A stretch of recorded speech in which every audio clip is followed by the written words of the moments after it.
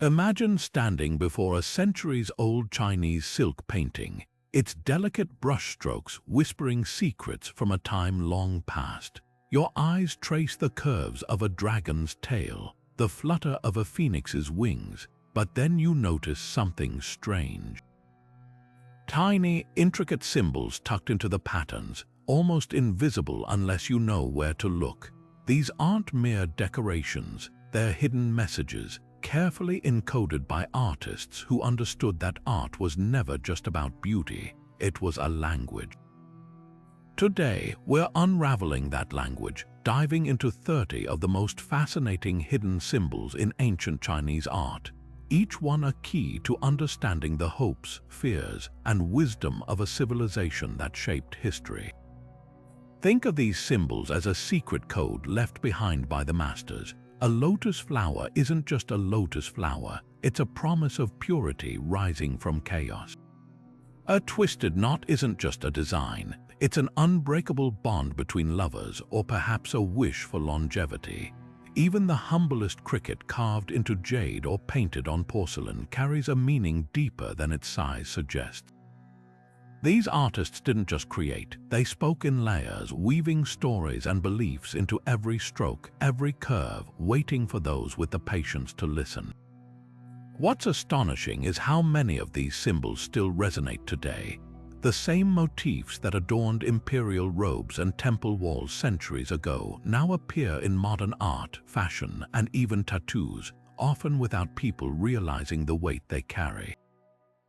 That's the power of symbolism, it transcends time. So whether you're an art lover, a history buff, or just someone who delights in uncovering hidden stories, this journey is for you. Together, we'll decode the whispers of the past, revealing how 30 seemingly simple designs held the heart of an entire culture. And by the end, you'll never look at ancient Chinese art the same way again. The dragon reigns supreme in ancient Chinese art, not as a fearsome beast of destruction, but as a celestial guardian and the ultimate emblem of imperial authority. Unlike Western depictions of dragons as villains to be slain, Chinese artists portrayed these creatures with serpentine grace, scales shimmering like waves, claws clutching pearls of wisdom, their coiled bodies embodying the very forces of nature. Emperors wore robes embroidered with 5-clawed dragons, a privilege reserved solely for the throne, while 4-clawed versions adorned the garments of high-ranking nobles. This wasn't just decoration, it was a visual language of power. Jade carvings from the Han Dynasty revealed dragons with wings like swirling clouds, symbolizing their role as bridges between heaven and earth. Temple roofs featured them coiled along ridges, not just to ward off evil but to summon rain, a sacred duty in an agrarian society. What's fascinating is how the dragon's meaning shifted across dynasties. During the Tang Dynasty, their forms grew more muscular, reflecting China's territorial expansion, while Ming artists refined them into intricate, almost geometric patterns, mirroring the era's bureaucratic precision. Even the colors held secrets. A golden dragon signaled the emperor's divine mandate, while blue-green variants whispered of renewal and growth. Yet the dragon's magic wasn't confined to palaces. Folk art hid them in everyday objects: a spoon handle, a child's cradle always with one claw discreetly retracted. This subtle detail revealed a profound truth. Even the mightiest symbol could bend to the people's needs, offering protection without intimidation. Today, when you see a dragon dance during Lunar New Year or its silhouette on a modern skyscraper, remember it's not just a relic. It's a 2,000-year-old conversation about balance, authority, and the delicate art of ruling both empires and daily life. Where the dragon embodies raw imperial power, the phoenix soars as its perfect counterpart, a symbol of grace, renewal, and the divine feminine. Known as Feng Huang in Chinese art, this mythical bird isn't the solitary, fire-reborn creature of Western tales. Instead, it's often depicted in pairs, its plumage a breathtaking tapestry of 5 colors representing the virtues of benevolence, honesty, decorum, wisdom, and sincerity. Empresses and high-ranking consorts wore robes embroidered with phoenixes, their long, flowing tail feathers cascading like waterfalls of silk, a visual declaration of their sacred role as the dynasty's maternal heart.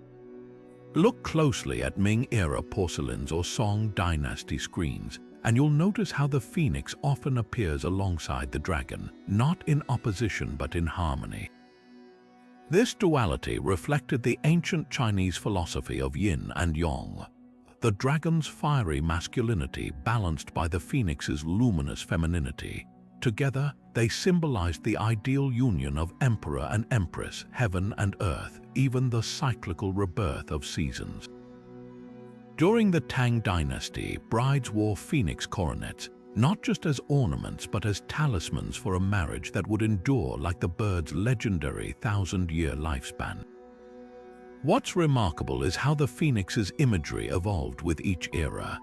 Han Dynasty artists rendered it with pheasant-like realism, while later periods stylized its form into intricate knots and swirling clouds. Folk artists hid miniature phoenixes in wedding quilts or carved them into children's locks, transforming everyday objects into vessels of hope. Unlike the dragon's untouchable majesty, the phoenix felt approachable, a symbol that ordinary people could claim for their own aspirations. Today, when you spot its likeness on a modern kipao dress or a Lunar New Year lantern, remember, this isn't just a bird. It's a 2,000-year-old whisper about resilience, the quiet power of renewal, and the art of rising not from ashes but from life's inevitable storms. Beneath the towering presence of dragons and phoenixes in Chinese art walks a gentler guardian, the qilin, a mythical chimera whose very footsteps were said to bring prosperity. With the body of a deer draped in scales, the tail of an ox, and a head crowned by antlers, this creature wasn't designed to intimidate but to bless. Ming Dynasty porcelain masters adored the qilin, painting them in cobalt blue on white porcelain as they strode through stylized flames. Not the destructive kind, but purifying fire that cleansed evil without burning the innocent. These weren't just decorative motifs, they were silent prayers for good harvests and safe childbirth, often gifted to newlyweds or officials taking office. One remarkable example is a 15th-century vase in the Imperial kilns of Jingdezhen, where twin qilin frame a central medallion of ripe grain. Here, the artists played with negative space, letting the creature's hollowed-out scales shimmer against the glaze, a technique suggesting the qilin's ability to move between realms. Unlike the rigid hierarchy of dragon symbolism, the qilin belonged to everyone. Farmers etched them onto wooden prayer tablets, while merchants sewed their likeness into money pouches, believing the creature's cloven hooves never harming a living blade of grass would guide commerce with integrity. The qilin's adaptability across mediums reveals deeper cultural values. Jade carvers gave them swirling cloud-like manes to emphasize celestial connections, while embroiderers used gold thread to highlight their association with literary excellence. Legend claims a qilin appeared before Confucius' birth, spitting out a jade tablet foretelling his wisdom. Even its occasional Western mislabeling as a Chinese unicorn misses the point. This was never a solitary marvel, but a communal talisman. Today, when you spot a qilin statue guarding a temple or its likeness on a modern banknote, look closer. Those flames beneath its feet, they're not just ornamentation. They're an ancient reminder that true protection doesn't crush, it illuminates. Among the celestial creatures gracing ancient Chinese art, few carry the quiet dignity of the tortoise, an unassuming yet profound symbol of endurance, wisdom, and cosmic order. Unlike the dragon's dynamism or the phoenix's radiance, the tortoise speaks in hushed tones, its shell etched with the patterns of the universe itself.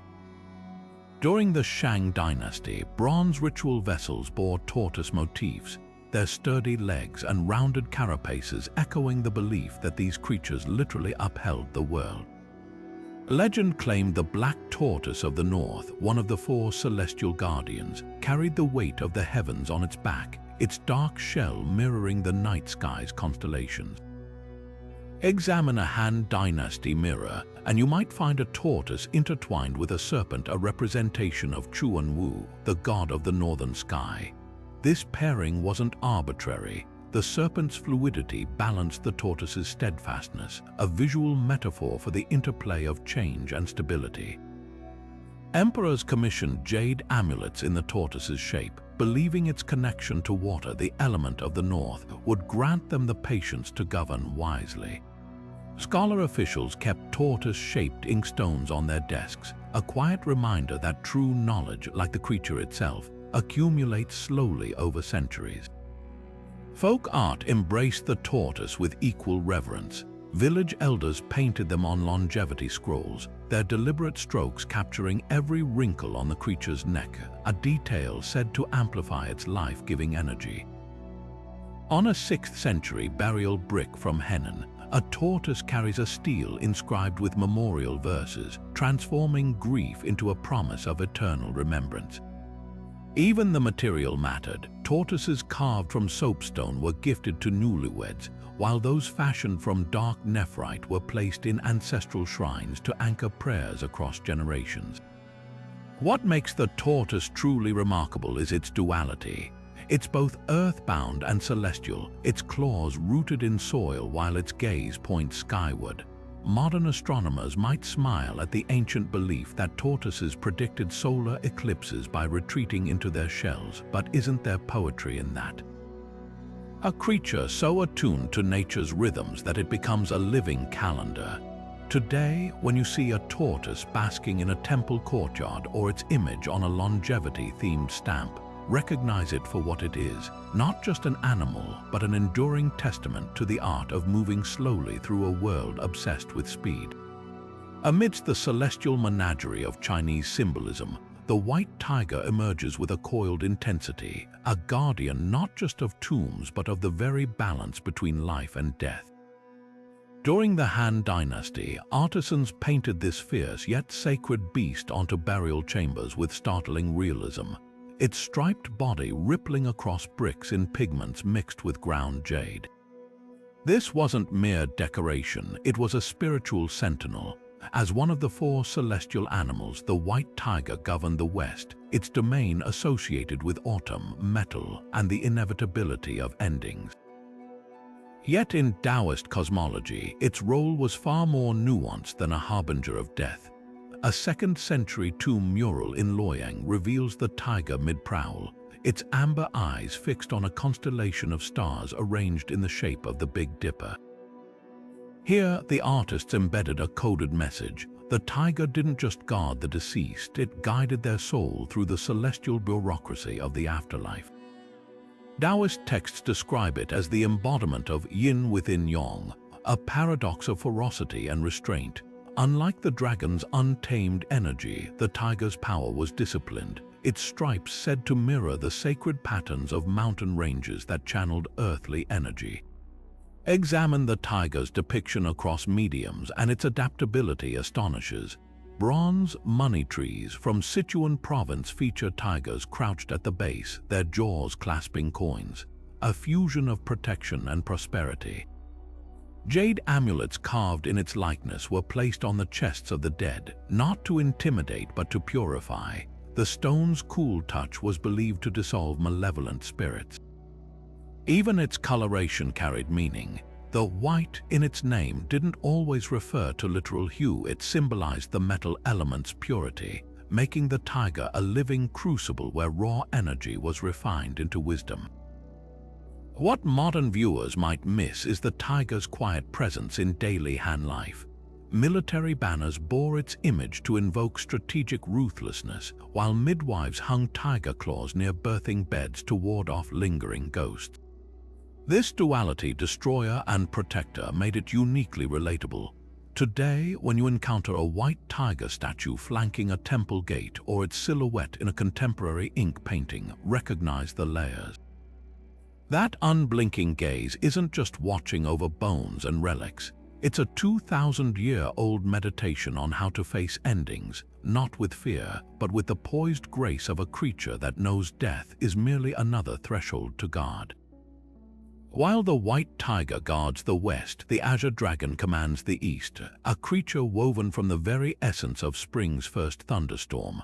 On a Tang dynasty mural in the tomb of Prince Jade, this celestial beast unfurls across the wall in vibrant malachite greens and lapis blues, its serpentine body cutting through clouds like a calligraphy brush in motion.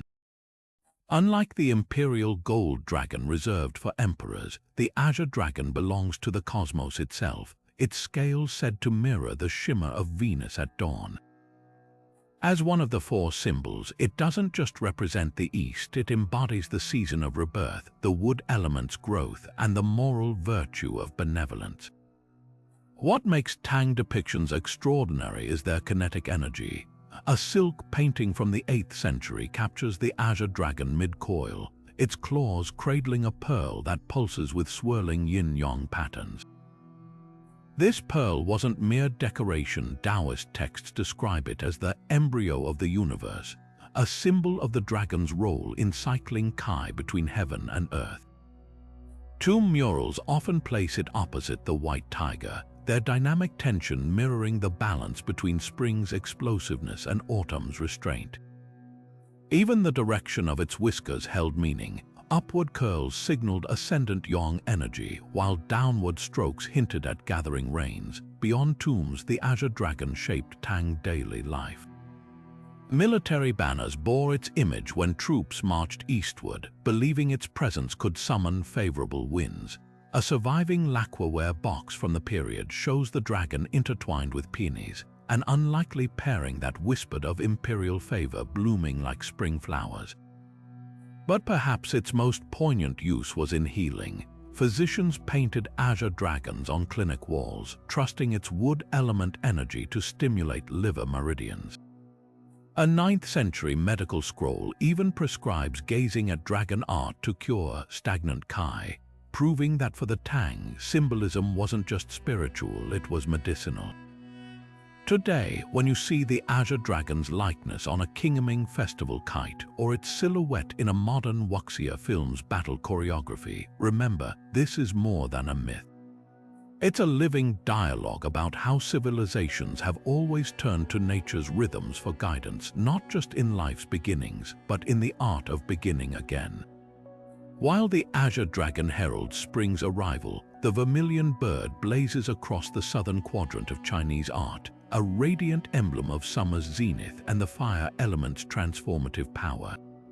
On a lacquered screen from the Tang dynasty, this crimson-plumed phoenix-like creature perches atop a flaming peach tree, its feathers rendered in layers of cinnabar-soaked pigment that seem to flicker under candlelight. Unlike the Feng Huang's serene elegance, the vermilion bird known as zhuke crackles with unrestrained vitality, its beak parted as if mid-song, singing the sun to its highest point in the sky. As one of the four symbols, it doesn't just represent the south, it channels the very essence of daylight at its most generous when crops ripen and life reaches its peak. Dive into the details of a Ming Dynasty silk painting commissioned for the Imperial Astronomy Bureau, and you'll find the vermilion bird soaring against a backdrop of 28 lunar mansions. Here, the artists embedded a celestial map within its wings. Each primary feather aligns with a specific star cluster, turning the creature into a living almanac. Daoist ritual texts describe its ability to purify through flame, not destruction but renewal, a belief mirrored in court ceremonies where vermilion bird motifs adorned summer solstice robes.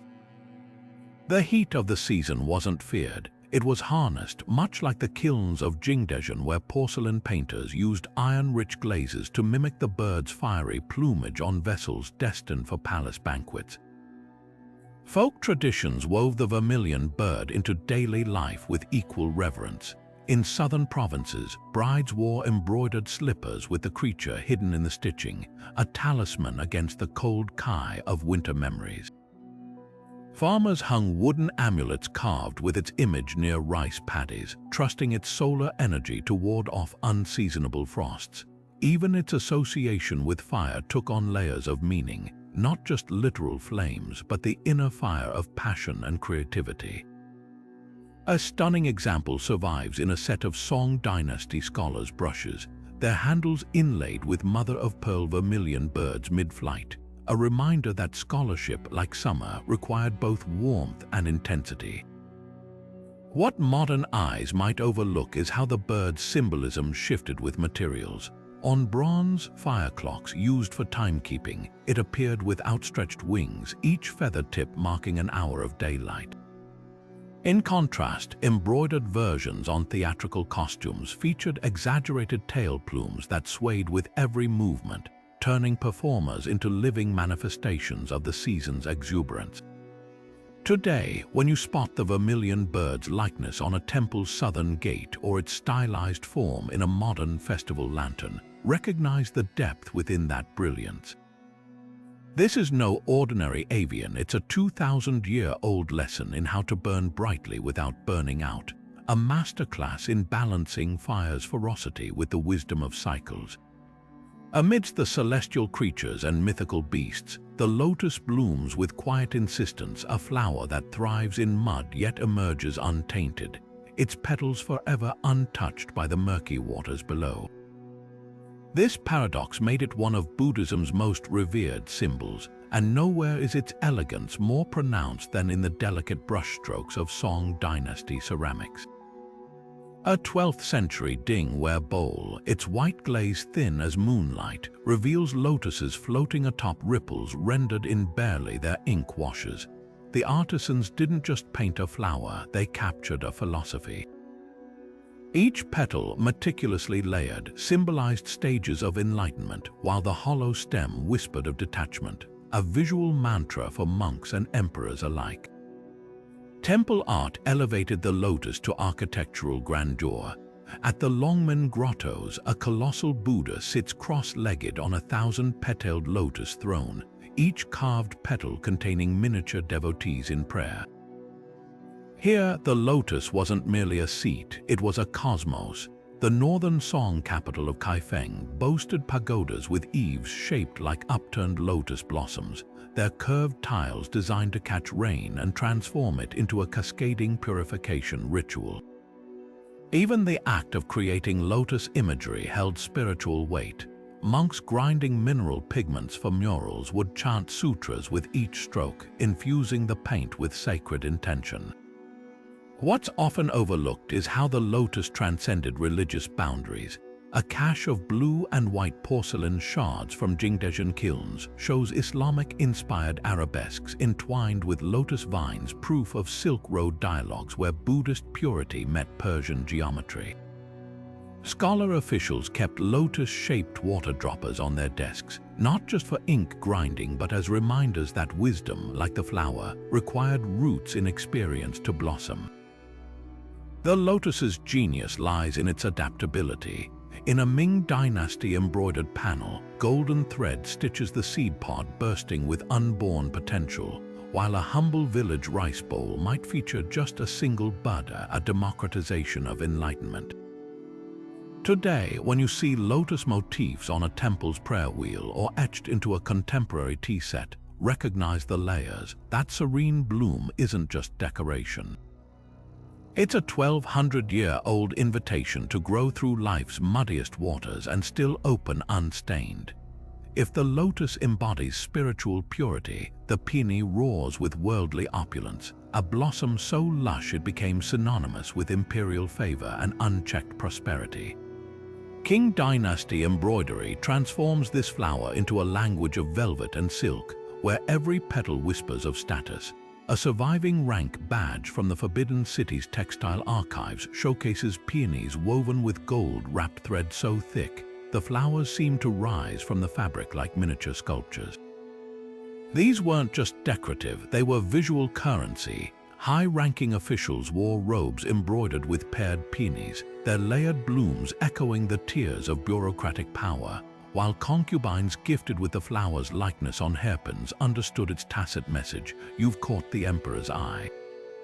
Court paintings elevated the peony's symbolism through meticulous detail. Giuseppe Castiglione, the Jesuit artist serving Emperor Qianlong, fused Western realism with Eastern motifs in his scroll peonies and golden pheasant. Here, the flowers spill across the paper with almost edible fullness, their blush pink hues achieved by grinding ruby powder into pigment, a literal fortune in mineral wealth brushed onto silk. The pheasant strutting among them isn't incidental. In king iconography, their pairing signaled the perfect marriage of beauty and rank. Even the peony's imperfections carried meaning.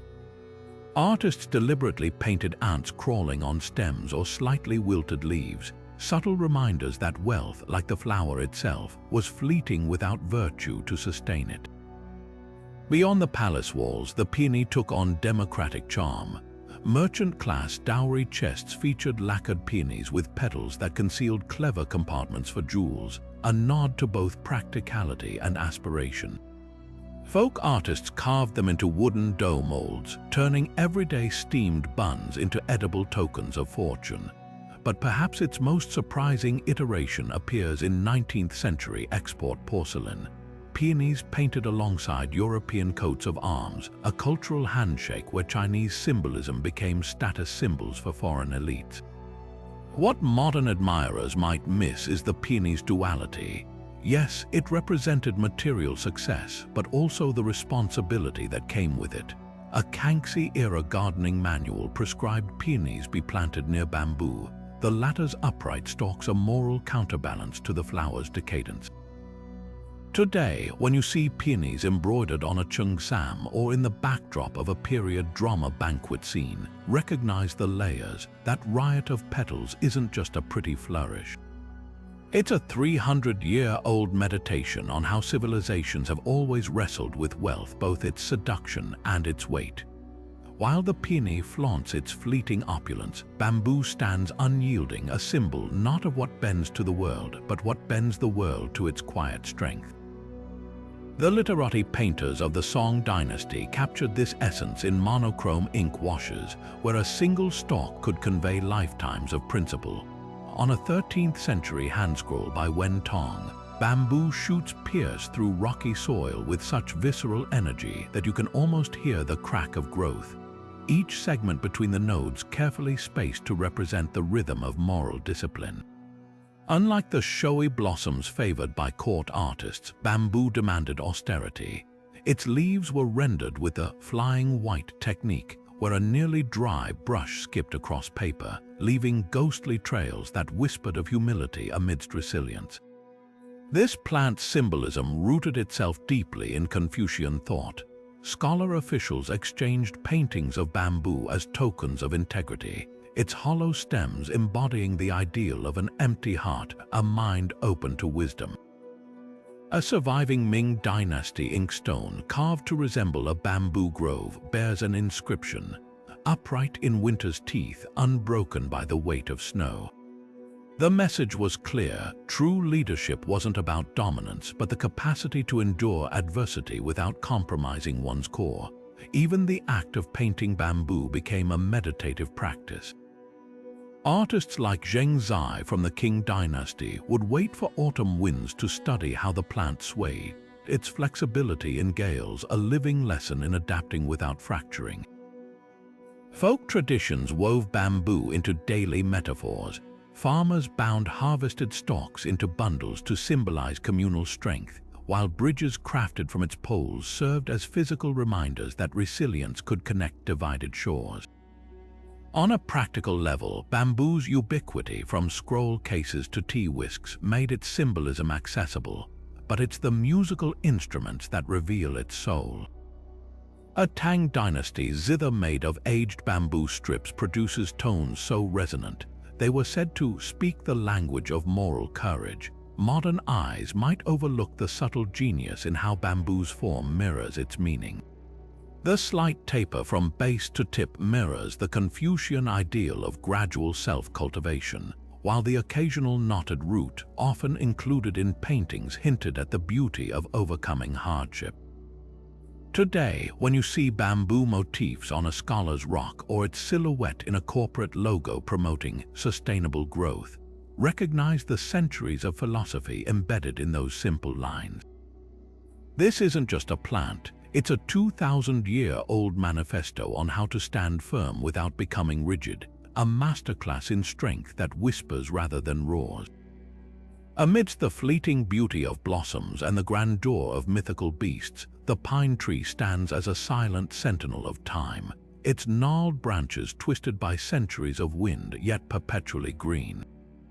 In the ink landscapes of the Song dynasty masters like Guo Zai, pines cling to mountain cliffs with roots like iron claws, their needles rendered in fine, bristling strokes that seem to whisper of tenacity.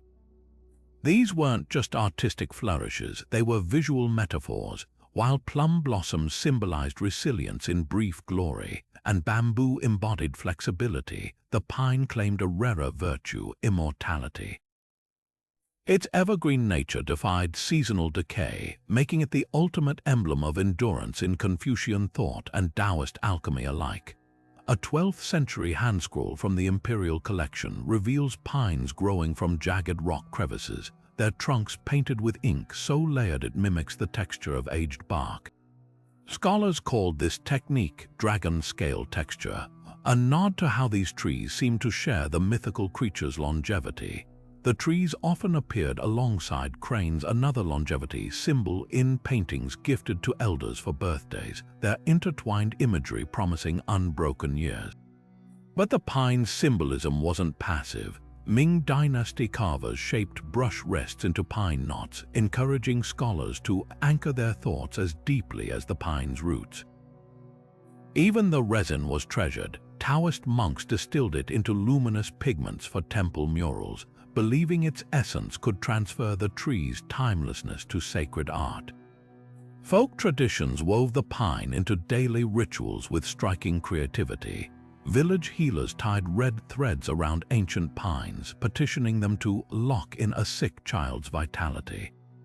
Brides carried miniature pine saplings in dowry chests, not for planting, but as emblems of a marriage that would outlast the mountains.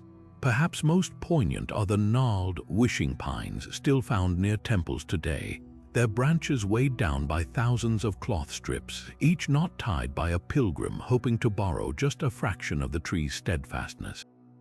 What modern viewers might overlook is how the pine's symbolism shifted with context.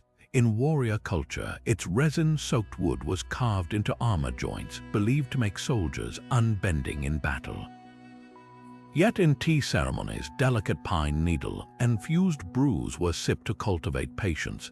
This duality, strength and serenity, made the pine uniquely versatile. Today, when you spot a gilded pine motif on a Korean celadon vase or its silhouette in a contemporary ink artist's work, remember, those needles aren't just decoration. They're a 1,000-year-old challenge to stand firm, yes, but also to remain green-hearted in a world that too often mistakes endurance for hardness. While the pine stands as a monument to endurance, the plum blossom is its fleeting counterpart, a burst of defiance blooming defiantly against winter's last gasp.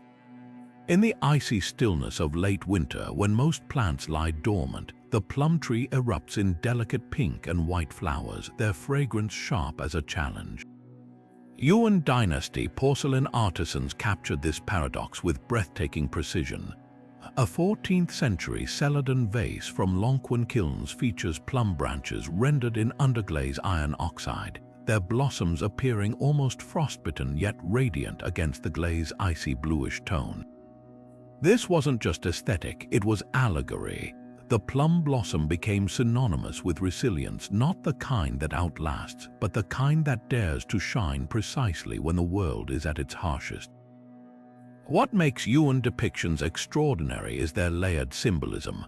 A wine cup unearthed from a scholar's tomb shows 5 petals per blossom, a nod to the 5 virtues of Confucianism, with each petal representing benevolence, righteousness, propriety, wisdom, and sincerity. The branches often twist unnaturally, as if frozen mid-struggle, a visual metaphor for intellectual rebellion during Mongol rule. For exiled scholars painting plum blossoms in ink, the act itself was subversive. Their compositions favored broken branch styles, where flowers clustered at jagged ends, a silent protest against dynastic fracture, yet also a promise that beauty could emerge from rupture. Folk traditions wove the plum blossom into daily life with equal potency. Midwives placed porcelain bowls painted with plum motifs near birthing beds, believing the flower's early courage would hasten delivery. Merchants exchanged plum blossom-shaped silver ingots during New Year negotiations, embedding contracts with the unspoken vow, "May our partnership thrive against all odds." Even the flower's ephemeral nature was celebrated. A surviving Yuan theater costume features embroidered plum petals with edges slightly browned, an intentional detail reminding performers that true strength isn't about permanence but perfect timing. The plum blossom's genius lies in its duality. It's fragile yet tenacious, fleeting yet recurrent. Modern admirers might overlook how its symbolism shifts with context. In martial arts lore, the plum blossom stance mimics the flower's structure, rooted yet adaptable, turning an attacker's force against them. Meanwhile, a single plum blossom stamped on a teapot signaled to Ming connoisseurs that the leaves inside were harvested after surviving a frost, their flavor deepened by adversity. Today, when you spot these blooms on a winter solstice scroll or a modern resilience-themed tattoo, remember, their power isn't despite their delicacy, but because of it. A five-petaled manifesto that sometimes the bravest act is to bloom before the thaw. Where winter's plum blossoms dare to emerge early, the chrysanthemum waits patiently for autumn's crisp arrival, its layered petals unfurling in a final burst of color as the rest of nature prepares to sleep. This isn't just a flower, it's a celebration of life's elegant persistence. Ming Dynasty imperial robes reserved the chrysanthemum for the emperor's autumn ceremonies, embroidered in golden thread so fine that each petal caught the light like a miniature sun. The message was clear. While the dragon symbolized authority and the phoenix embodied renewal, the chrysanthemum whispered of time itself, how to reign not through force, but through the quiet accumulation of seasons. The artistry behind these floral motifs reveals layers of meaning.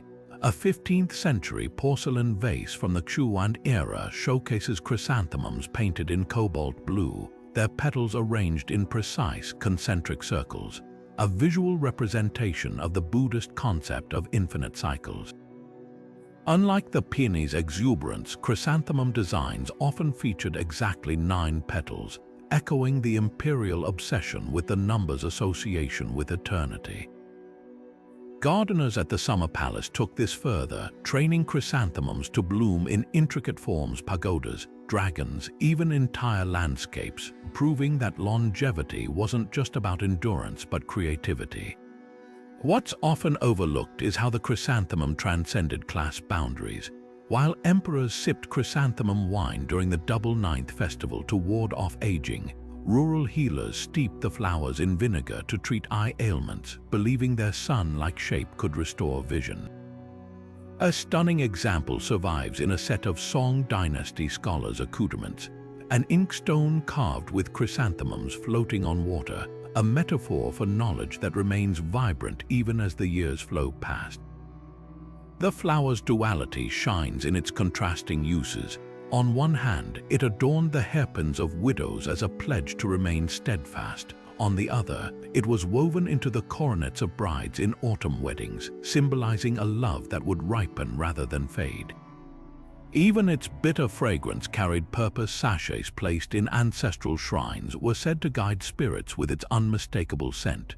Today, when you see chrysanthemums gracing a Qingyong festival display or their stylized forms on a modern wellness brand's logo, recognize the depth beneath those petals. This is no mere flower. It's a 1,000-year-old conversation about how to measure a life, not in years, but in the richness of each season embraced. Among the lush symbolism of Chinese art, few fruits carry the weight of the peach, a deceptively simple orb that embodies humanity's oldest longing, immortality.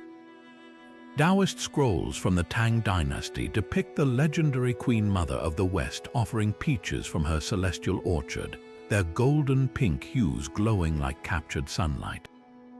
These weren't ordinary fruits. Legend claimed they ripened only once every 3,000 years, granting eternal life to those deemed worthy.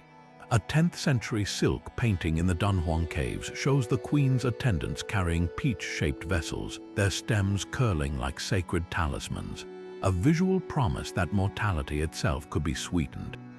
The peach's connection to longevity wasn't just mythical. Ming Dynasty birthday portraits of elders often featured peach-shaped porcelain bowls overflowing with longevity noodles, the fruit's round form symbolizing unbroken cycles. Artists played with scale. In a famous hanging scroll by qilin, a single peach dwarfs the mortal hands holding it, emphasizing its divine provenance.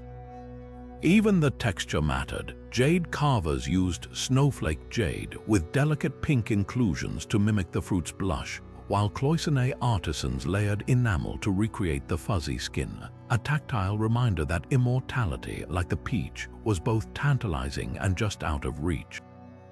Folk traditions wove the peach into protective magic. Village gates hung with peachwood charms during epidemics, believed to repel disease-spreading spirits. Children wore necklaces of dried peach pits carved into demonic faces, transforming the fruit's life-giving core into a weapon against evil. The duality fascinated scholars. A 16th century medical text prescribed peach kernel tea to calm the heart-mind, while martial artists planted peach trees near training grounds, trusting their blossoms to inspire techniques that flowed as effortlessly as falling petals. What modern viewers might miss is how the peach's symbolism ripened across contexts.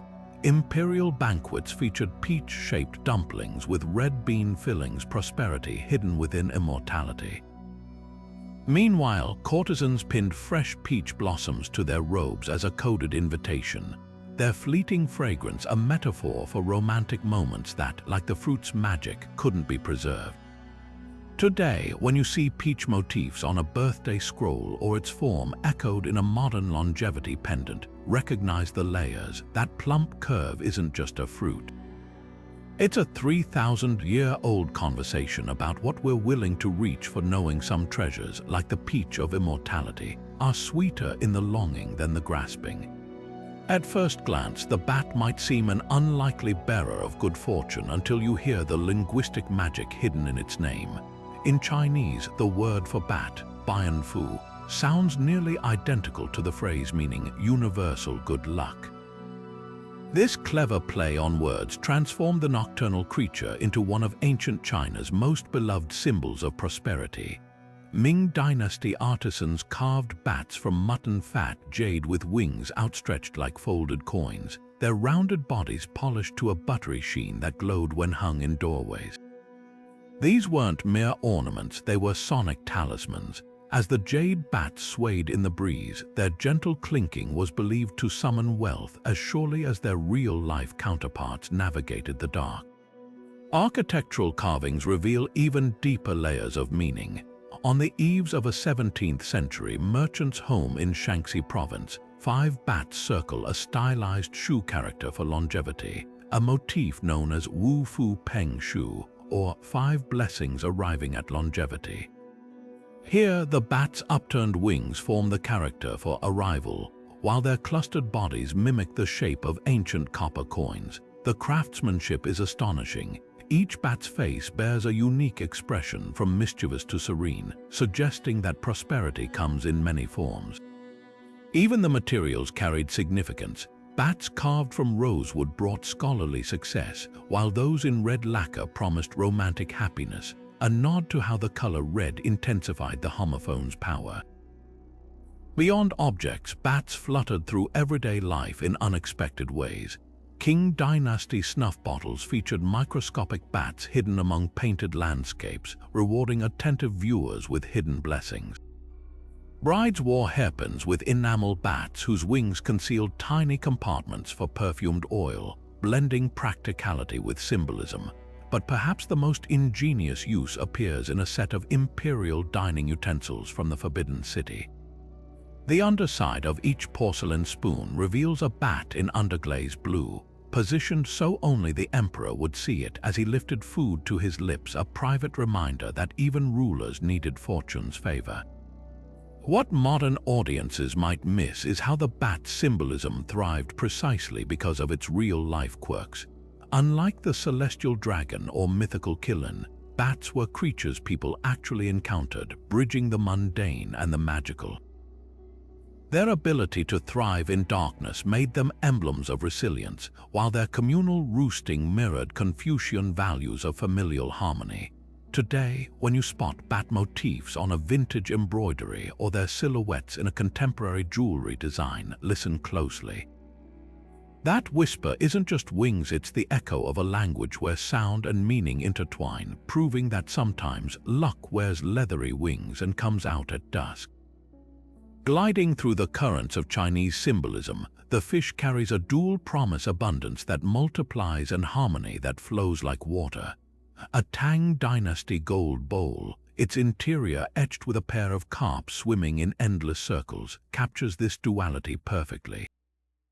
The fish weren't just decorative, their overlapping scales formed optical illusions of movement, as if the bowl itself brimmed with liquid prosperity.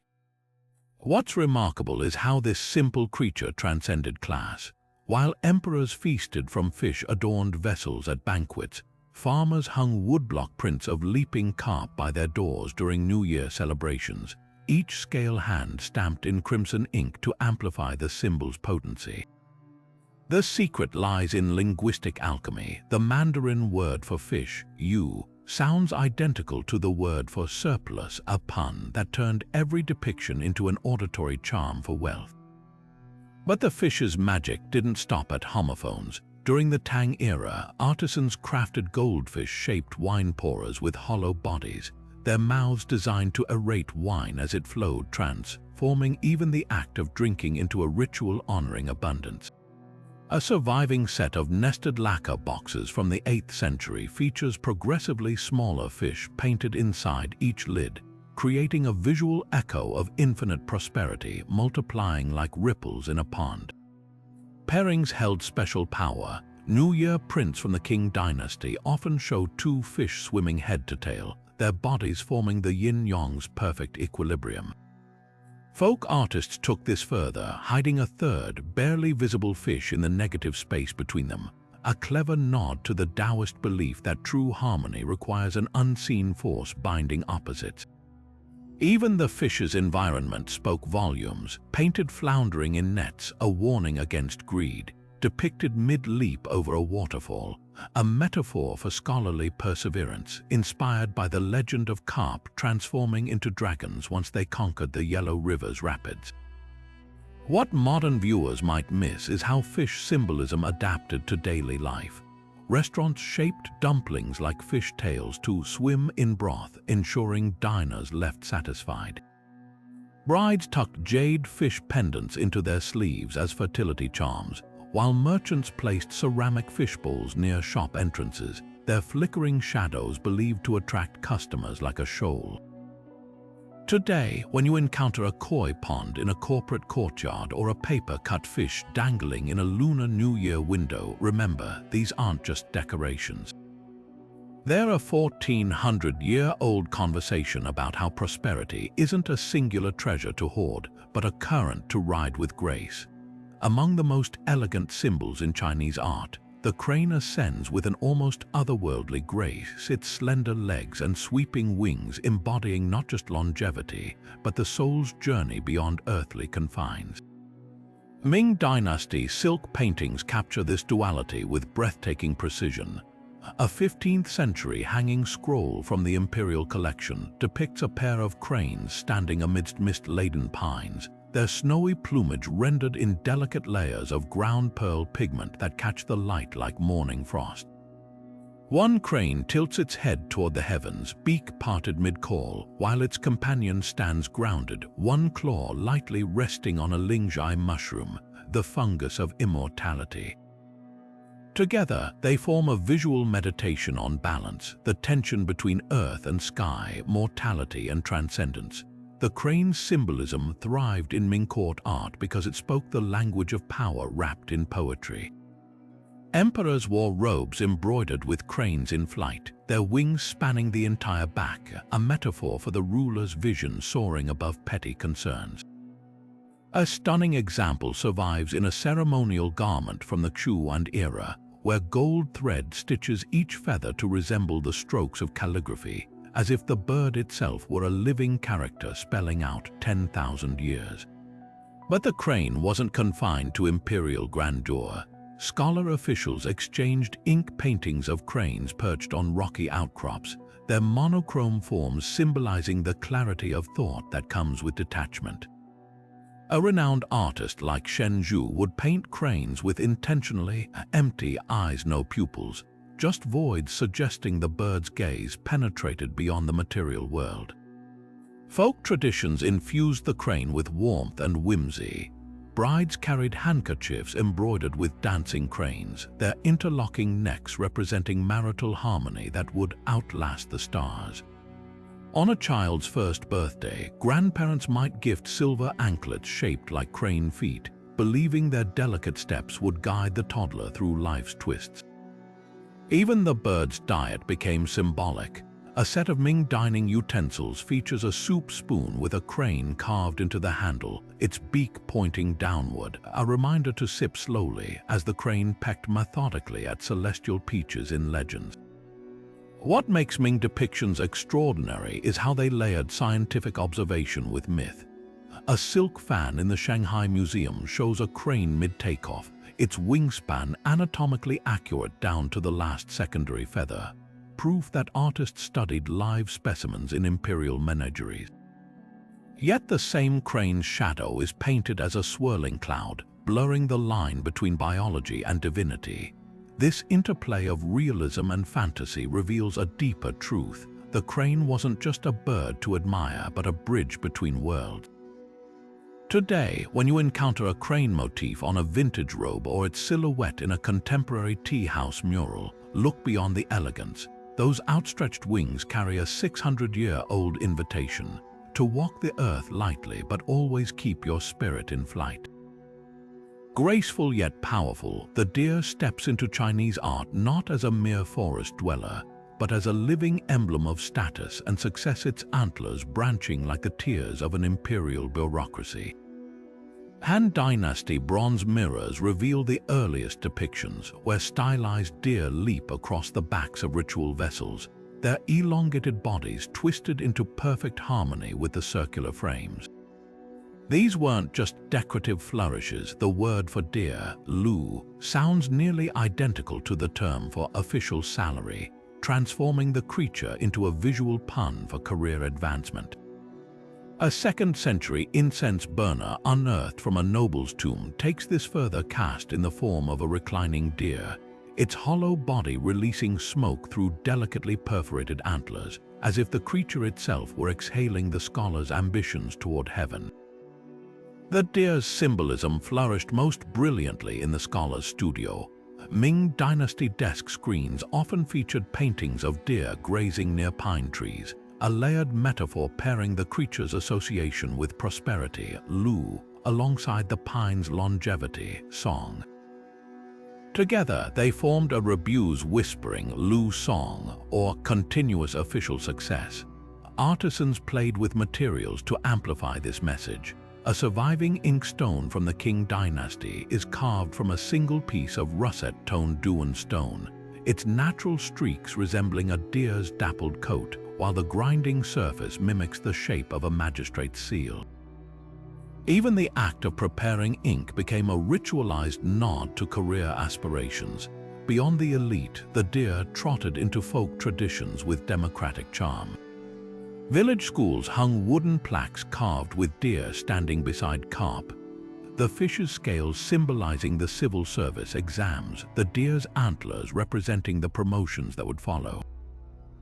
During the Mid-Autumn Festival, bakers molded mooncakes into deer shapes, their red bean paste filling sweetening prayers for children's future success. A delightful example survives in a set of 19th-century New Year prints, where a deer balances a blooming peony on its antlers, merging symbols of rank, lu, with wealth, fu, in a visual wish as practical as it was poetic. What modern eyes might miss is how the deer's symbolism adapted to gender. While men associated it with bureaucratic achievement, women's hairpins featured tiny golden deer with ruby eyes, a coded reference to the legend of the immortal deer maiden, whose grace and wisdom outshone mere beauty. Even the direction of a painted deer's gaze carried meaning. Artists like Shen Zhu angled their heads upward to suggest aspiration, while court painters depicted them looking backward, a subtle warning that clinging to past glories could hinder future progress. Today, when you spot a deer motif on an antique scholar's object or its stylized form on a modern promotion card, remember, this isn't just an animal. It's a 2,000-year-old conversation about how civilizations have always intertwined nature, language, and the timeless pursuit of growth. Towering above other creatures in both size and symbolism, the elephant strides through Chinese art as a majestic embodiment of unwavering strength and deep wisdom qualities that resonated profoundly with Buddhist teachings.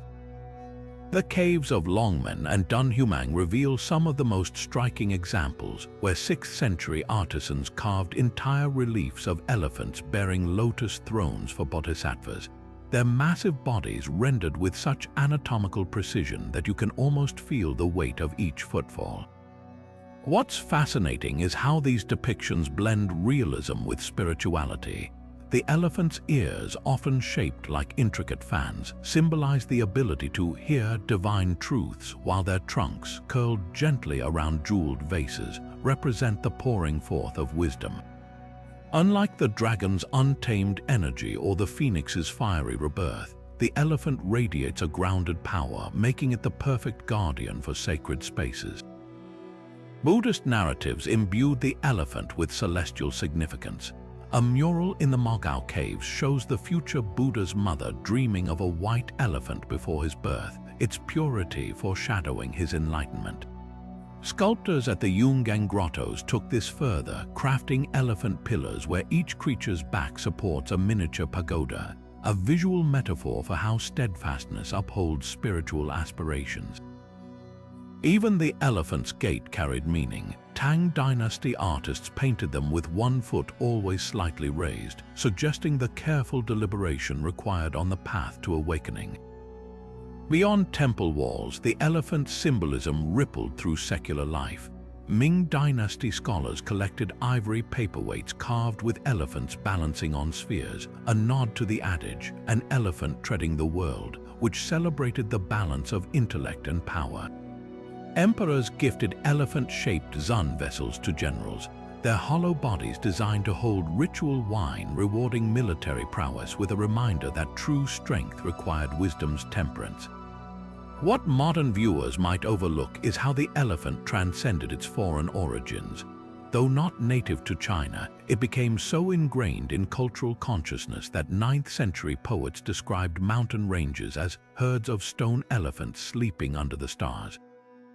Today, when you spot an elephant motif on a temple mural or its silhouette in a contemporary meditation garden, recognize the layers in its gentle might. This isn't just an animal, it's a 1,500-year-old lesson in how to stand firm without crushing, to carry wisdom lightly, and to walk through life with the quiet assurance of something far greater than yourself. Amidst the menagerie of Chinese symbols, the lion strides forward as an imported icon turned cultural guardian, its stone paws planted firmly at palace gates and temple entrances as a bulwark against chaos.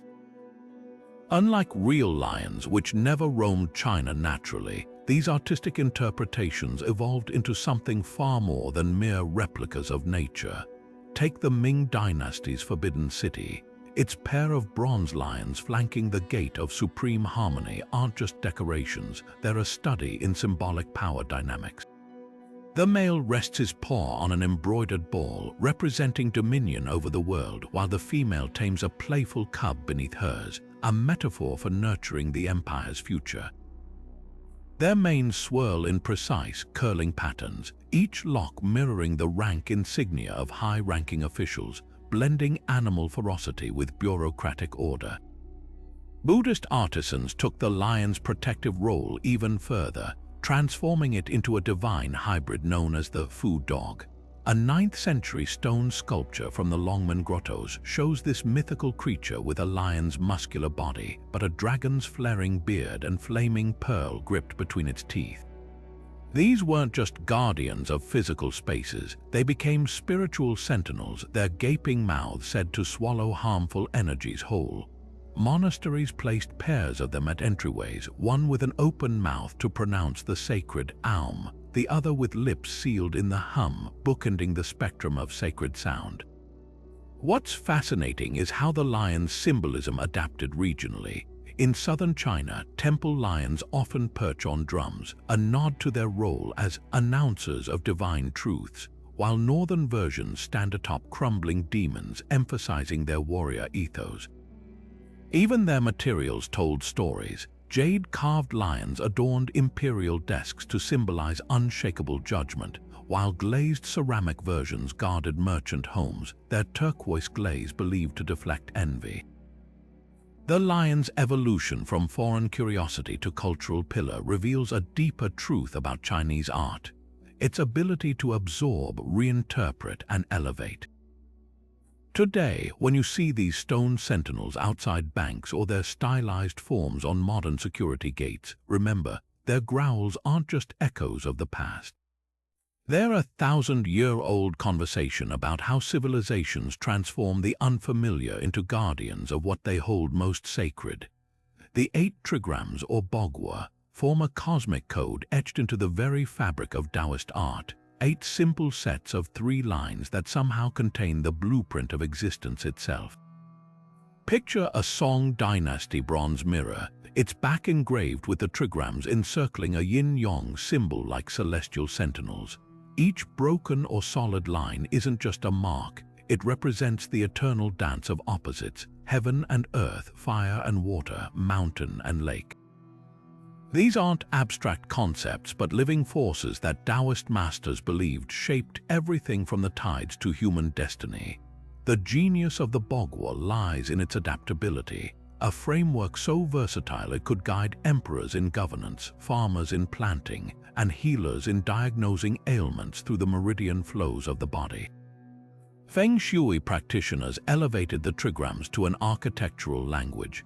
A Ming Dynasty compass from the Forbidden City's archives reveals the Bagua superimposed over a spinning dial, its trigrams corresponding to cardinal directions and life aspects.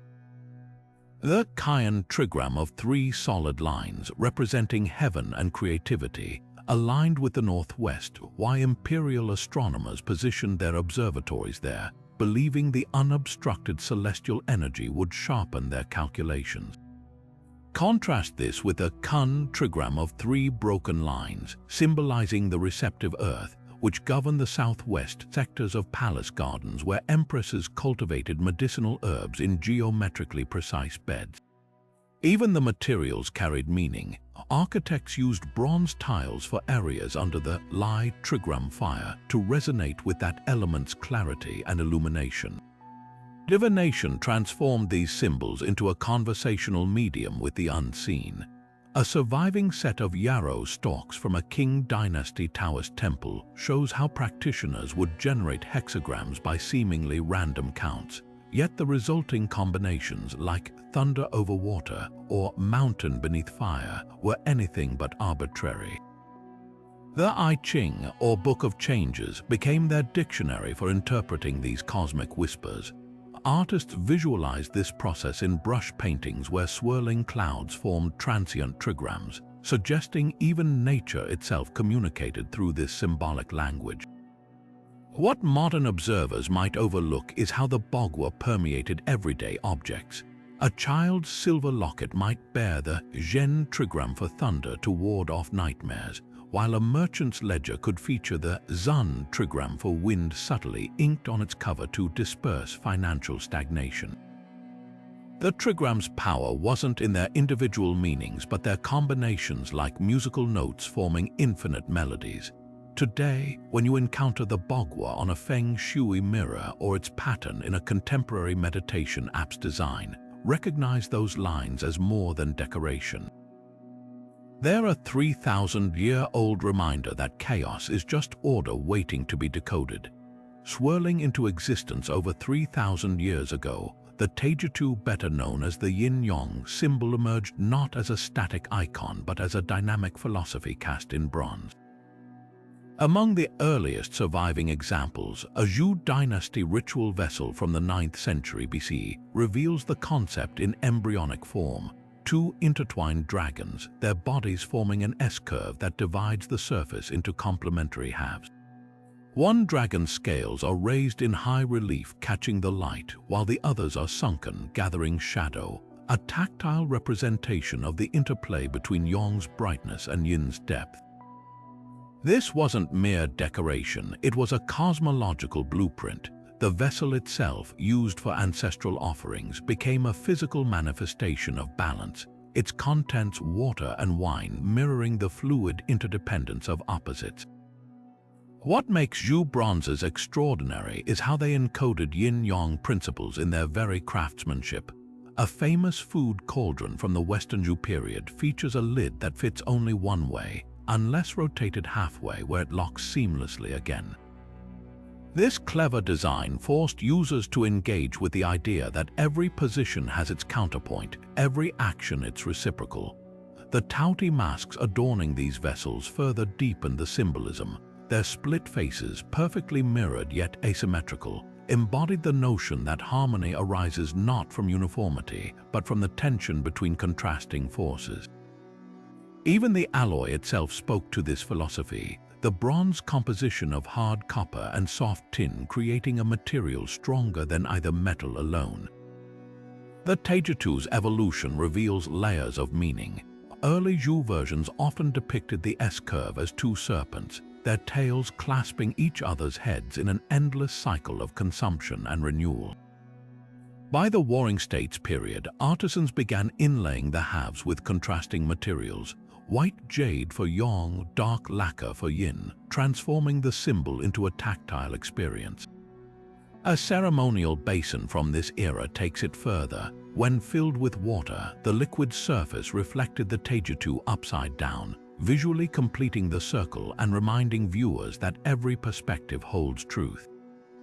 These bronzes weren't just philosophical statements, they were practical guides. Military strategists studied the Taijutsu's balance to anticipate battle rhythms, while physicians used it to diagnose illness as an imbalance of bodily energies. A recovered diviner's manual from the Zhou court explains how cracks in heated tortoise shells, the yin of chaos, were interpreted through the yang of structured glyphs, proving that even divination relied on this duality. Today, when you encounter the yin-yang symbol in a temple or on a meditation app, remember, its roots stretch back to artisans who understood that true harmony isn't the absence of tension, but the art of dancing within it. Amidst the vibrant reds and golds of a traditional Chinese wedding, one symbol stands out with infectious joy: the xuanxi, or double happiness character. Picture a Qing dynasty bridal sedan chair, its lacquered panels emblazoned with this iconic design in shimmering gilt, each stroke of the character so perfectly mirrored that it seems to pulse with symmetry. This isn't just a decorative motif, it's a visual explosion of celebration where two identical Chinese letter Zai characters fuse side by side, sharing a central vertical stroke like intertwined hands. The genius of its design lies in its simplicity. A single character doubled becomes something greater than the sum of its parts, embodying the union of two lives, two families, and two destinies. The legend behind xuanxi stretches back to the Tang dynasty, where a scholar named Wang Anshi supposedly discovered it carved into a roadside stone on his way to Imperial exams. That same day, he aced his tests and received news of his arranged marriage, a cascade of fortune so improbable that the doubled character became shorthand for life's most serendipitous intersections. By the Ming dynasty, artisans had elevated it to an art form.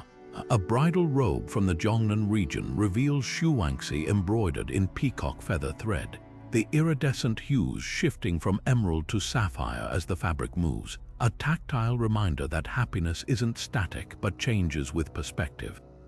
Calligraphers treated the character as a test of skill. The mirrored halves had to balance weight and negative space perfectly. Even the tiniest imbalance was said to foretell marital discord. A 17th century manual for wedding scribes specifies grinding cinnabar ink with honey to achieve the ideal crimson, thick enough to catch light like crushed rubies, yet fluid enough to dry without cracks. The characters' strokes were often exaggerated, horizontal lines flaring outward like open arms, the central vertical line elongated like a red thread of fate. Beyond paper and silk, xuanxi permeated every wedding ritual. Dowry chests bore the character in mother-of-pearl inlay, its surface cool to the touch even in summer heat, a metaphor for calm amidst celebration. Bakeries molded it into pastry dough, the sweetness of lotus paste fillings amplifying its auspicious meaning. Even the humble wedding bed received a xuanxi pillow, stuffed with herbs believed to nurture fertility and harmony. What modern viewers might overlook is how the symbol transcended its romantic origins. During the Qing dynasty, merchants stamped it on contracts to signify mutual benefit, while imperial edicts used it to mark shared victories between provinces. Today, when you encounter xuanxi on a modern wedding invitation or laser cut into a contemporary jewelry design, recognize its depth. Those interlocking lines aren't just letters, they're a 1,000-year-old conversation about how joy, when doubled, becomes something neither partner could create alone. While the double happiness character celebrates union, another symbol weaves through Chinese art carrying an even more universal wish, the Shu character for longevity, its intricate strokes forming a visual incantation for endless years. Unlike the bold symmetry of xuanxi, Shu dances across surfaces in countless variations, each twist of its calligraphy whispering a different nuance of enduring life. Picture an imperial birthday scroll from the Qing dynasty. Against a backdrop of rolling clouds, the Shu character stretches vertically like a standing crane, its top stroke flaring wide as the heavens while the base roots firmly into a mountain range of jade carvings. This isn't just writing, it's alchemy transforming ink into a spell for time itself. Artisans played with the character's form to amplify its power. On a 17th century embroidered robe for an empress dowager, the Shu appears woven in gold thread among 100 bats, the visual pun of fu, bat surrounding Shu, creating the phrase, 100 blessings for longevity. The embroidery's genius lies in its hidden details. Each bat's wingtip subtly points to a different stroke of the character, as if guiding the viewer's gaze through the secret architecture of agelessness. Woodcarvers took this further, crafting the character into circular longevity discs, with openwork so delicate, sunlight filtering through would cast ever-shifting Shu shadows across courtyard walls, a reminder that time's passage could be beautiful. The character's adaptability shines across materials. A Ming Dynasty porcelain vase in the Forbidden City features Shu written in underglaze blue, its strokes disguised as winding vines that blossom into peonies at each turn. Hold the vase at different angles and the character seems to grow like living calligraphy. Folk artists simplified it into knotwork, weaving crimson cords into wearable amulets where the character's geometric essence remained recognizable even when flattened, proof that longevity's promise could bend without breaking. Birthday rituals embedded Shu into edible art. During an emperor's milestone celebration, chefs molded longevity peaches from glutinous rice flour, their pink-tinted surfaces branded with the character in edible gold. Meanwhile, rural grandmothers steamed Shu Bing cakes where the character rose in relief from the crust, its grooves catching caramelized syrup to sweeten each bite with symbolic nourishment. What makes Shu truly remarkable is how it straddled sacred and playful. Daoist priests drew it in air with sword tips during longevity rituals, while children's toys like spinning tops bore the character on their bases, ensuring that with every wobbling rotation, it momentarily stood upright, a tiny triumph over entropy.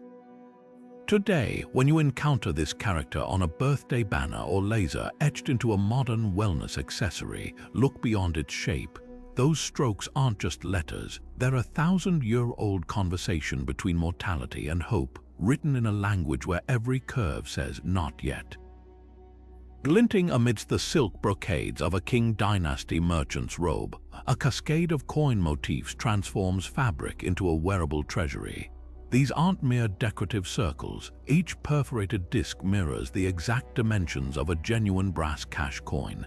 Their square center holds echoing the ancient belief that heaven's circle and earth's square must intersect to generate prosperity. A surviving ceremonial apron from 18th century Suzhou takes this further, embroidering coins in metallic thread so finely wrought that wearers reported hearing them clink softly with each step, a sonic confirmation of wealth's constant presence.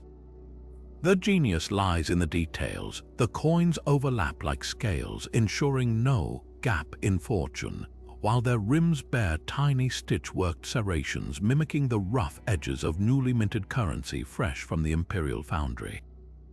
Tomb offerings reveal the coin's deeper spiritual role. In a noblewoman's burial chamber near Xi'an, archaeologists uncovered a quilt woven from thousands of paper spirit coins, each hand stamped with the reign era of every emperor under whom she'd lived. This wasn't just about material wealth for the afterlife. The chronological arrangement formed a visual resume of her longevity, proof that prosperity and time were inseparable allies. Even more striking are the gold mountain sculptures from Ming-Qing transition tombs, where gilt-lacquered coins stack into miniature peaks, their slopes dotted with jade-carved laborers carrying yet more coins uphill. The message was clear: sustaining wealth required as much effort as amassing it. The coin motif's adaptability made it a favorite across social strata. Elite families commissioned wallpaper patterned with interlocking coins in Prussian blue and gold, their geometric precision reflecting Confucian ideals of order. Meanwhile, village brides wore red dowry slippers with a single copper coin hidden in the sole, not for spending, but to step on wealth with every stride into married life. Opera costumes took theatrical liberties, exaggerating coin sizes to comical proportions on comic merchant characters, their jingling hems underscoring the satire of greed. What modern viewers might miss is the motif's tactile dimension. A Qing gambling set features ivory tally sticks notched with coin engravings, designed to be read by touch during late-night games, wealth literally at one's fingertips. Conversely, blind fortune tellers used bronze coins with deliberately uneven surfaces, interpreting a client's future by how the coins caught candlelight when tossed. This interplay of texture and meaning reveals the coin's true brilliance. It wasn't just a symbol of riches, but a medium through which people literally grasped their aspirations. Today, when you spot coin motifs on a vintage handkerchief or their abstracted forms in modern financial logos, remember, these designs carry 6 centuries of hands reaching not just for money, but for the stability and choices it represents. Carved from the purest white jade and polished to a mirror sheen, the Rui scepter curves like a frozen wave, its cloud-shaped head swelling into a smooth arc before tapering to a gentle point. At first glance, this object resembles an ornamental paperweight until you notice its presence in every pivotal moment of imperial history. A Qing dynasty scroll commemorating Emperor Qianlong's 70th birthday shows him receiving 8 Rui scepters from provincial governors, each one carved from materials reflecting their region's essence. Mutton fat jade from Xinjiang, rose quartz from Fujian, even petrified wood from the ancient forests of Sichuan. These weren't mere gifts, they were miniature declarations of loyalty, their very substance whispering of the empire's vastness and variety. The Rui's brilliance lies in its layered meanings. The name itself, Rui, translates to "as you wish," transforming the object into a 3-dimensional invocation of good fortune. Yet its form holds even deeper symbolism. The cloud motif crowning its head represents the celestial realm's blessings raining down, while the scepter's curved spine mirrors the sacred mountains where Daoist immortals dwell. Jade-carved versions often featured barely visible veins of gold, not flaws, but dragon streaks believed to amplify the stone's power to channel heaven's will. During the Ming Dynasty, high officials held rui scepters during court debates, their grip on the smooth surface a silent reminder to align arguments with cosmic harmony. Rituals elevated the rui to sacred status. On the eve of coronations, empress dowagers would tap the new ruler's shoulders with a golden rui, its hollow interior containing grains of 5 sacred crops to ensure abundance. Brides received miniature rui hairpins with pearl-encrusted heads, the pearl's iridescence symbolizing how wishes could shift and brighten over time. Even the act of gifting a rui followed precise protocols, always presented with both hands, the recipient's fingertips brushing the cloud tip first to receive the breath of good fortune. Beyond the palace, the rui took on democratic charm.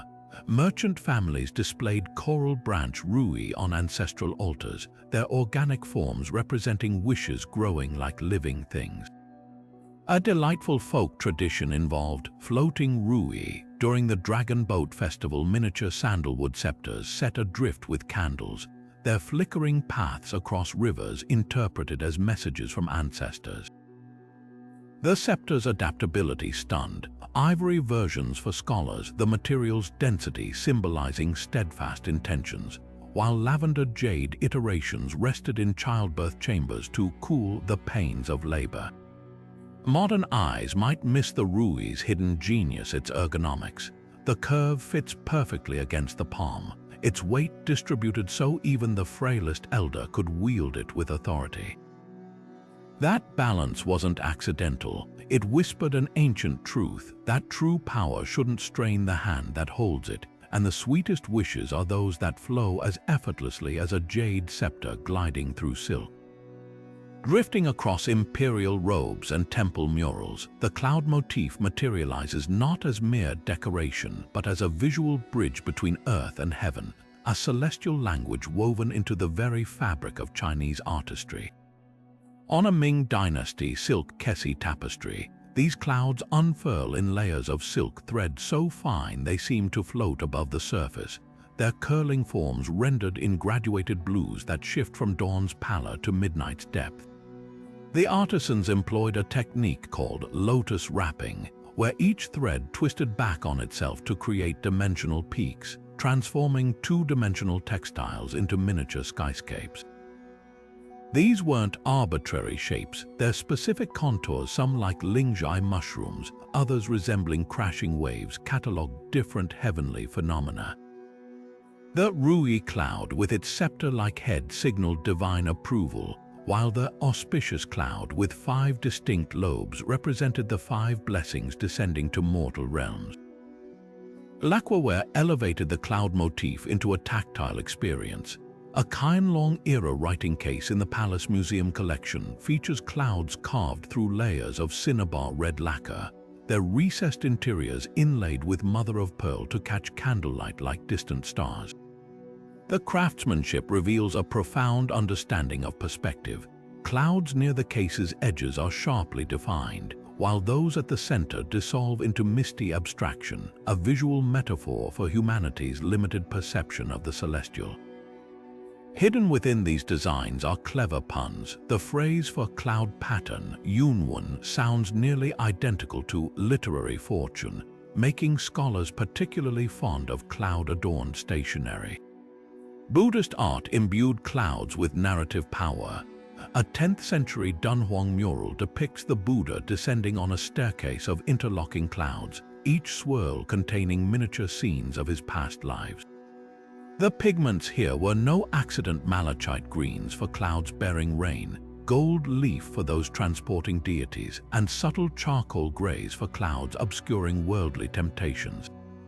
Even the direction of their curls held meaning. Clockwise spirals represented Dharma teachings spreading outward, while counterclockwise ones symbolized the gathering of spiritual energy. The cloud's brilliance lies in its duality. It's both ephemeral and eternal, formless yet meticulously rendered. Today, when you encounter these patterns on a vintage robe or their abstracted forms in contemporary architecture, look beyond their beauty. Each curve is a 900-year-old invitation to lift your gaze not just to the skies, but to the infinite possibilities hovering just beyond the tangible. Rippling across Ming Dynasty blue and white porcelain like frozen movement, the wave motif captures water's eternal dance, not as a passive element, but as Taoism's ultimate teacher of effortless action. A 16th-century crockware dish from the Wanli period shows these waves in hypnotic detail. Cobalt blue crests curling into comma-like spirals, each trough meticulously shaded to suggest depth, their rhythm so precise they seem to pulse even on static ceramic. This wasn't just artistic flourish, it was wu-wei in visual form, the Taoist principle of doing by not doing. The wave's seamless flow, neither forced nor restrained, mirrored the ideal state of harmony with nature's currents. Artisans achieved this effect through a mesmerizing technique called heaping and piling, where cobalt pigment was applied in graduated densities to create the illusion of translucent water, thinner at the crests and heavier in the depths, as if the porcelain itself had learned to breathe with the tides. The wave's symbolism crests in Imperial ritual ware. A Qu-and-era moon flask in the Palace Museum collection features waves encircling the vessel's shoulders like a celestial belt, their peaks alternating with stylized mountain motifs. This pairing was deliberate, mountains representing the eternal yang, waves embodying flowing yin, together forming a miniature cosmos where stability and change embraced. Taoist priests used such vessels to hold water of the 5 directions during rain summoning ceremonies, the waves' painted motion believed to awaken real currents in the atmosphere. Even the number of crests held meaning: 9 waves for imperial rituals echoing the celestial hierarchy, 7 for scholarly inkstones, the steps to wisdom, and 5 for merchant ship prows representing the virtues of successful voyages. Beyond philosophy, the wave motif anchored practical symbolism. Fishermen's families kept wave-patterned bowls in their homes, trusting the design to contain turbulence during storms. A striking example survives in a Ming burial, a child's pillow shaped like a crashing wave, its hollow interior holding sand from the East China Sea, meant to cradle the young soul through life's ups and downs. The motif even guided craftsmanship. Lacquerware artists studied wave patterns to perfect their brushwork's fluidity, while calligraphers mimicked the crest's tapering energy in their ink strokes. Modern eyes might miss the wave's hidden grammar. On export porcelain, European buyers saw mere decoration, but Chinese artisans embedded seasonal codes: spring waves with delicate spray, summer swells heavy with monsoon weight, autumn ripples bearing fallen leaf motifs in their foam. Today, when you encounter these cerulean spirals on a museum vase or their abstraction in a contemporary tea set, look closer. Those aren't just lines, they're 6 centuries of artisans whispering the same lesson. That true strength isn't in resisting the current, but in learning how to ride its endless turning. Rising from the mist in a Song Dynasty landscape, mountains don't just dominate the composition, they embody the very essence of enduring wisdom. Take Guo Zai's early spring, where jagged peaks seem to pulse with life, their ridges rendered in ink washes that shift from gossamer light to brooding shadow. This isn't mere topography, it's philosophy in brushstrokes. The mountain's sheer cliffs represent the unyielding moral resolve of Confucian scholars, while the winding paths up their slopes mirror the arduous journey to enlightenment. Artists like Lai Cheng took this further, painting mountains with dragon vein textures, subtle ink lines running through the rock like meridians, suggesting these formations were living entities breathing with cosmic energy. Taoist tradition saw mountains as literal stairways to immortality. A Ming handscroll from the Wudang Temple complex shows alchemists meditating in caves, the surrounding peaks carved with celestial gateways where clouds part to reveal star charts. The mountain's physical mass became a metaphor for spiritual accumulation, just as sediment layers compress into rock, decades of meditation condensed into wisdom. Even the materials honored this symbolism. Jade-carved mountain weights pinned down scholarly scrolls, their mineral density echoing the steadfastness required for study. What's often overlooked is how mountain imagery adapted to political messaging. Imperial commissions like 1,000 miles of rivers and mountains by Wang Ximeng used towering peaks to visualize state power, their summits deliberately scaled to dwarf human figures, a silent reminder of the emperor's dominance. Yet folk artists subverted this, painting village scenes where mountains cradled rather than loomed, their slopes terraced with rice paddies like staircases of communal labor. The genius of mountain symbolism lies in its duality. A single brushstroke could depict both a geological fact and a spiritual aspiration. Today, when you encounter these peaks in an ink painting or their abstraction in a modern Zen garden, remember, their silence isn't emptiness. It's an invitation to listen, not just with eyes, but with the patience of stone. Crafted from perfectly rounded whitewashed walls framing a slice of sky, the Moon Gate isn't just a garden feature, it's a portal between worlds. Picture a Ming Dynasty scholar's retreat in Suzhou, where these circular doorways punctuate winding pathways, their curves mirroring the full moon suspended above tranquil ponds. This architectural flourish transcends mere aesthetics. It embodies the Daoist principle of perfection in emptiness. The gate's void becomes as significant as its structure, inviting visitors to step not just into a new physical space, but into a mental state of receptivity. Artisans calibrated these openings with celestial precision, their diameters often matching the moon's apparent size during the Mid-Autumn Festival, creating a living almanac where stone and sky converse. The Moon Gate's genius lies in its layered symbolism. Passing through one isn't a straightforward act but a ritualized transition, echoing the ancient belief that circular forms contain cosmic energy without edges to disperse it. A 17th-century manual for garden designers specifies that gates should be positioned where morning light casts their shadows like a waxing crescent, while evening illumination transforms them into glowing orbs, a daily reenactment of lunar phases. The materials whisper secrets too. Crushed oyster shells mixed into the plaster reflected moonlight for nighttime strolls, while brick construction followed the 9-layer method, mirroring the heaven's stratified realms. Beyond philosophy, moon gates served as narrative devices. In a famous Hangzhou garden, a sequence of 3 progressively smaller gates guides visitors along an intentional journey. The first frames a panoramic view, the second focuses on a single weeping willow, the third reveals nothing but sky. This visual storytelling mirrors the Confucian ideal of scholarly refinement, broadening knowledge before narrowing into specialized wisdom. Even the gaps between gates mattered. Designers calculated footsteps between them using prime numbers, believed to create rhythms that harmonized with the visitor's heartbeat. What modern eyes might miss is how these structures democratized transcendence. While imperial gardens boasted marble-inlaid versions with jade thresholds, rural tea-houses built humble earth-packed gates where farmers could pause and glimpse the same infinite sky as emperors. Today, when you encounter a moon gate in a botanical garden or its silhouette in a modern meditation app's logo, recognize its invitation. That perfect circle isn't just an architectural element. It's an 800-year-old reminder that sometimes the most profound journeys require standing still, framed by stone, watching clouds drift through a man-made moon. From the celestial might of dragons to the quiet persistence of tortoises, these 30 symbols form a visual language woven through China's artistic legacy, a code where every brushstroke, curve, and color whispers meaning.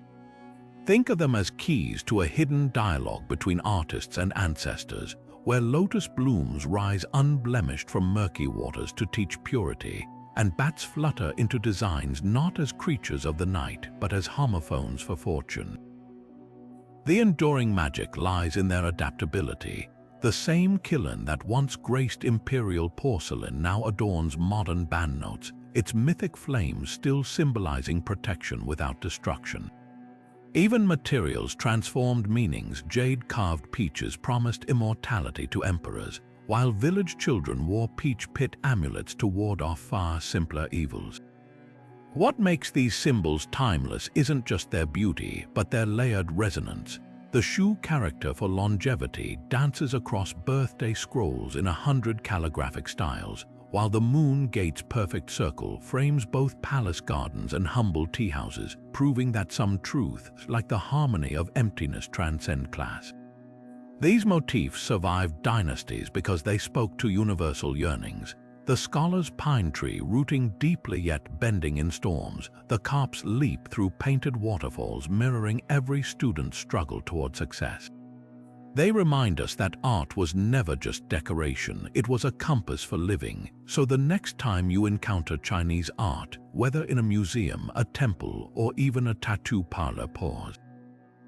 Look closer. That swirling cloud might be a celestial messenger, not just a pretty flourish. Those 5 bats circling a vase, they're a visual pun for 5 blessings arriving.